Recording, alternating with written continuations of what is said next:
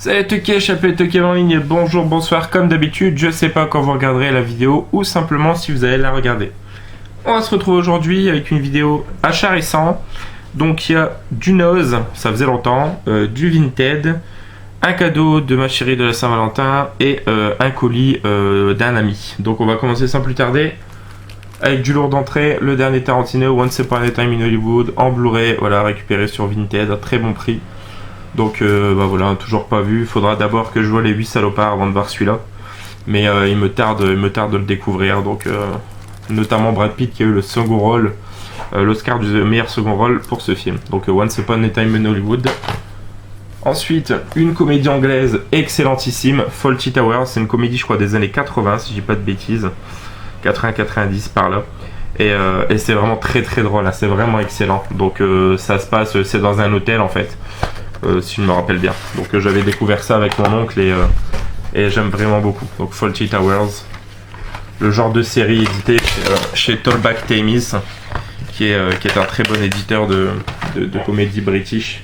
Donc voilà, c'est pas très connu ça, hein. C'était diffusé sur la BBC, mais je vous le conseille, hein. Un petit peu comme Blackadder avec Rowan Atkinson par exemple, ou aussi Father Ted, je crois.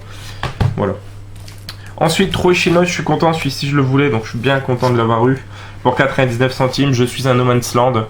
Voilà, avec Philippe Catherine, Julie Depardieu, qui est sa femme, Jackie Berroyer. Donc j'en avais entendu parler à sa sortie, ça a l'air d'être un film très très particulier.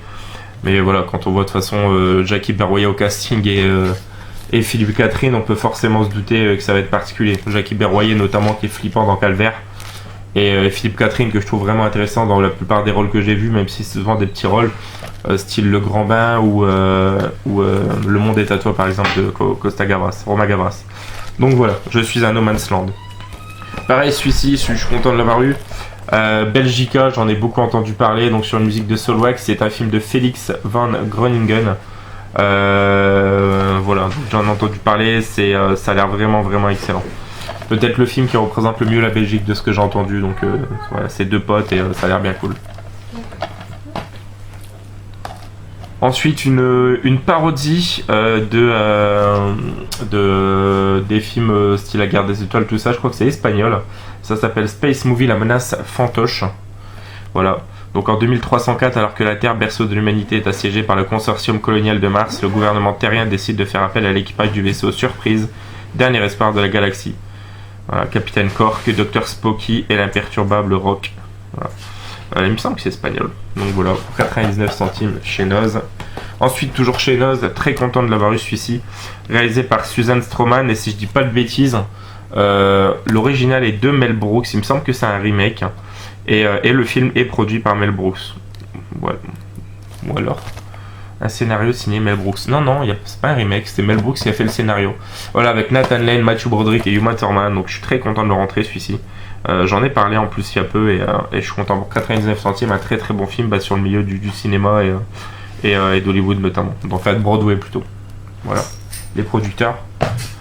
Ensuite, une excellente comédie, Hitler est Caput. Voilà, il y en a eu pas mal de comédies pour singer, on va dire, le Troisième Reich, mais celui-ci est vraiment, vraiment très très drôle. Pendant la Seconde Guerre mondiale, l'espion soviétique Shura Ossechetkin réussit à infiltrer le quartier général d'Hitler sous le nom de Schurenberg. Afin de l'aider à faire chuter le Troisième Reich, la ravissante Zina, une opératrice radio, lui est envoyée. Il tombe amoureux l'un de l'autre, mais Zina est arrêtée par la Gestapo malgré les risques encourus. Shura décide de lui porter secours, aidé de façon inattendue par Bormann, éperdument amoureux de lui. Voilà, donc une comédie vraiment vraiment sympathique. Bon, Hitler est Caput. Ensuite, on arrive sur quelques films plutôt fantastico-horrifiques. Donc le premier, c'est un coffret réunissant 7 films, 6 films de requins et le 7ème qui est un film de crocodile. Donc c'est sur 2 disques différents, le premier avec 3 films, le deuxième avec 4. Et donc on a des films comme Ghost Shark, que j'avais en film tout simple. Il y a Mississippi River Sharks. Il y a Ozark Sharks, que j'avais pas du tout. Le Santa Jaws, que je voulais voir, une espèce de film de requin pendant Noël, donc ça a l'air n'importe quoi. Swamp Shark, donc c'est un requin dans les marais, film de 2010. Zombie Shark, que je voulais aussi. Et le dernier, c'est Alligator Alley. Redneck Alligator, je sais plus, il y a un nom long comme mon bras. Voilà, donc coffret chopé sur Amazon UK pour ma petite collection films de requins. On va couper un petit peu avec du bouquin. Le premier, c'était cadeau de Saint-Valentin de ma chérie, donc c'est le Rokirama. Alors, je sais pas si vous allez voir avec les couleurs, donc c'est le spécial Jurassic Park. On va pas voir la quatrième de couverture. Et voilà, comme d'habitude, émaillé de super photos, de super articles, les Rokirama. Je suis un peu déçu de ne pas vous montrer à quel point il est qualitatif. Voilà, donc les Rokirama, c'est toujours des valeurs sûres. Et celui-ci, le hors-série sur le Jurassic Park, excellent. Ensuite, un autre bouquin, c'est un lot de 2 livres que j'ai eu sur Vinted. C'est le Larousse du cinéma, un livre qui était vendu quand même à une quarantaine d'euros de base. Donc voilà, excellent. Et il a l'air d'être plus ou moins récent quand même. Parce que je vois qu'il y a Kill Bill notamment en couverture, donc ça doit couvrir à peu près jusqu'aux années un peu plus de 2010. Donc voilà, de la genèse du cinéma à presque nos jours. Donc très content de rentrer cette encyclopédie. Ensuite, quelques Mad Magazine, des Mad Movies, des hors-séries. Donc là, je remercie mon frère, mon poteau Romain Capron. Donc voilà, c'était une personne que suite à une erreur de manipulation, m'avait bloqué au niveau de Vinted. Donc je pouvais pas mal lui prendre. Et il m'a dit, bah écoute, c'est cadeau, je te les prends et je t'envoie ça. Donc je suis hyper content. Donc on a le premier, c'est le cinéma fantastique. Donc 40 réalisateurs cultes pour 40 images choc. Donc on a notamment des réalisateurs comme Guillermo del Toro, Brian Usna, Joe Dante, Ronnie Ryu, Stuart Gordon, Edgar Wright, Tom Savini, bref j'en passe et des meilleurs, qui vont revenir sur des films qui les ont marqués tels que Alien, Shining, La créature du lac noir, Le septième voyage de Simbad, L'homme qui rétrécit, donc voilà, excellentissime. Chacun. Il est par terre. Ensuite on a celui-ci dans la collection thématique. Le Apocalypse Zombie, donc excellent aussi, donc ça va revenir sur White Zombie, Vaudou, Reanimator, Branded, World War Z, entre autres. Donc vraiment excellent. Donc pareil, hein, toujours les Man Movies classiques sont super blindés de photos et compagnie, donc très content de faire ces acquisitions. Le troisième et non des moindres, Il était une fois la révolution gore, le guide du cinéma extrême, pareil, hyper content de le rentrer celui-ci. Donc ça va forcément parler d'Herschel Gordon Lewis, de Lucio Fulci, des catégories 3, les films asiatiques extrêmement violents et ce que vous voulez, le grand guignol, le muet sanglant, le torture porn, voilà, enfin tout ce qu'on aime quand on aime le cinéma gore, notamment moi j'adore ça. Voilà. Je peux vous trouver d'autres comme photos. Voilà. Hyper content. Et le dernier est le clou du spectacle concernant ces Mad Movies, on va dire. Un numéro qui est totalement en rupture de stock et totalement disponible nulle part. C'est le Mad Movies Dario Argento. Donc pour celui-ci, je l'en remercie vraiment grandement. Donc on va revenir sur la plupart, pour ainsi dire, la totalité de sa filmographie. Donc excellent. Hein. 200 des innocents, Ténèbres, Inferno, Suspiria, Frisson de l'angoisse. Il y a des interviews de Luigi Goggi, Le chat à 9 queues, L'oiseau au plumage de cristal. Donc forcément beaucoup de giallo, mais pas que. Donc excellent. Ce Mad Movies sur Dario Argento.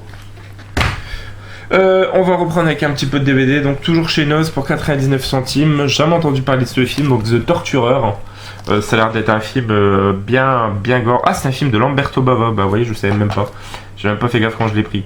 Donc Ginette, une jeune étudiante, vient passer une audition pour Alex, un metteur en scène de théâtre connu pour ses ambiances extrêmes et ses goûts pour la violence. Elle soupçonne aussi que son amie actrice n'ait été enlevée par Alex, néanmoins séduite par la dangerosité du personnage. Elle le suit dans son antre mais découvre plus qu'elle ne l'imaginait.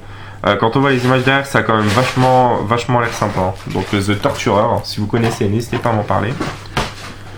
Ensuite, celui-ci, je l'ai pris pour le casting de réalisateur, on va dire, parce qu'on a du Riei Kitamura, on a du Tetsuo Shinohara, on a du Yukioko Tsunemi. Ça s'appelle, alors, I Am Films, voilà. Du coup, entrer dans l'imaginaire de 7 célèbres réalisateurs japonais réunis pour créer Jam Films, film à sketch culte au Japon composé de 7 histoires qui mêlent tour à tour humour, fantastique, thriller ou drame. Voilà, donc chopé également pour 99 centimes, mais c'est un truc qui m'a vraiment intrigué. C'est marrant, on dirait l'étoffe des héros, le devant, donc voilà. Pareil, si vous connaissez, n'hésitez pas à me le dire. Celui-ci, extrêmement content de l'avoir eu. C'est un DVD qui est pareil, hyper dur à choper. Je sais même pas qu'il était rentré chez Noz, il y en avait un seul. C'est Réducteur de tête, donc j'ai eu pour 99 centimes. Réalisé par Richard Elfman, qui est le frère de Danny Elfman. C'est marqué derrière, je viens de l'apprendre. Je sais pas, c'est un film de quand, j'arrive pas à voir. Mais voilà, de Sharkus Films. Donc dans un quartier de New York, 3 jeunes amis, Tom, Bill et Freddy, font face à une bande de voyous menés par Viney. Pour se faire respecter, celui-ci les fait assassiner. Monsieur Sumatra, un ancien sorcier haïtien, va les ressusciter sous forme de tête réduite. Avec leur nouveau pouvoir, les 3 amis vont pouvoir assouvir leur vengeance. Ouais, ça a l'air bien fandard quand même. Film de 94. C'est un film de la Full Moon. Ça doit être du Charles Band alors. Non, c'est une production Full Moon. Shrunken Heads. Voilà, avec Julius Harris et Meg Foster. Donc réducteur de tête, excellent. Ensuite, je vous en ai parlé, j'en ai parlé dans ma vidéo. Le chef vous parle Cinoche numéro 3 que vous avez vu normalement sûrement hier. C'est Der Goldene Handschuh ou le titre anglais Golden Glove. Voilà, avec cet acteur qui s'appelle Jonas Dassler qui interprète Fritz Honka qui est vraiment magistral dedans. Donc je vous en ai parlé déjà 2-3 reprises. Je vous surconseille ce film, c'est un putain de serial killer. Il y a... Voilà, je vais pas vous en parler plus, j'en ai déjà parlé à plusieurs reprises. Voyez-le, film de Fatih Akin, vraiment génial. Ensuite, ça c'était une réception vintage, c'est un premier film avec Julie Christie et Donald Sutherland. Un thriller apparemment, comment il s'appelle le réalisateur? Screenplay, je dirais Nicolas Roeg, voilà. Donc avec la version française, donc je sais pas de quoi parle ce film, ça faisait partie d'un lot et ça m'intriguait. Ça a l'air assez intéressant, donc voilà. Hop, Don't Look Now.